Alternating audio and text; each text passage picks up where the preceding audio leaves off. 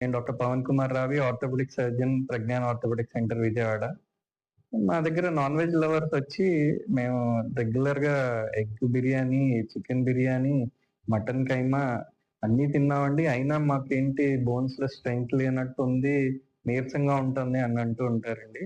అది నీరసం కాదండి. మీకు excess body fat and weight gain వల్ల మీకు బోన్ అండ్ జాయింట్ డిసెబిలిటీస్ వస్తున్నాయి. సో, మీ హెల్త్ కాన్షియస్‌గా ఉన్నప్పుడు మీ డయట్‌లో క్యాలరీ కంటెంట్ కూడా చూసుకోవాలి. గ్రేవీసును, రోటీసు, రైస్‌లు కుమ్మేసిన తర్వాత హెల్తీగా ఉన్నాము అనుకుంటాం అనేది భ్రమ అండి. మీ నాన్ వెజ్ కన్జంప్షన్‌తో పాటు క్యాలరీ కన్జంప్షన్ గూడా ఎంతుంటుందనేది చూసుకోండి. సో, అది మోడరేషన్‌లో తీసుకుంటేనే మీకు హెల్తీగా ఉంటారు. So, be more of tandoori or grilled sort of diet based. Boiled chicken, boiled eggs ఇవి ఎక్కువ సేఫ్. రెడ్ మీట్ కన్జంప్షన్‌లో యూరిక్ యాసిడ్ పెరిగే ఇష్యూస్ ఉంటాయండి. అందుకని వీలైనంత వరకు లీన్ ప్రోటీన్స్, వైట్ ప్రోటీన్స్‌లో ఎక్కువ ఫోకస్ పెట్టండి. White meats like fish and salmon, prawns are a better option than consuming mutton and beef.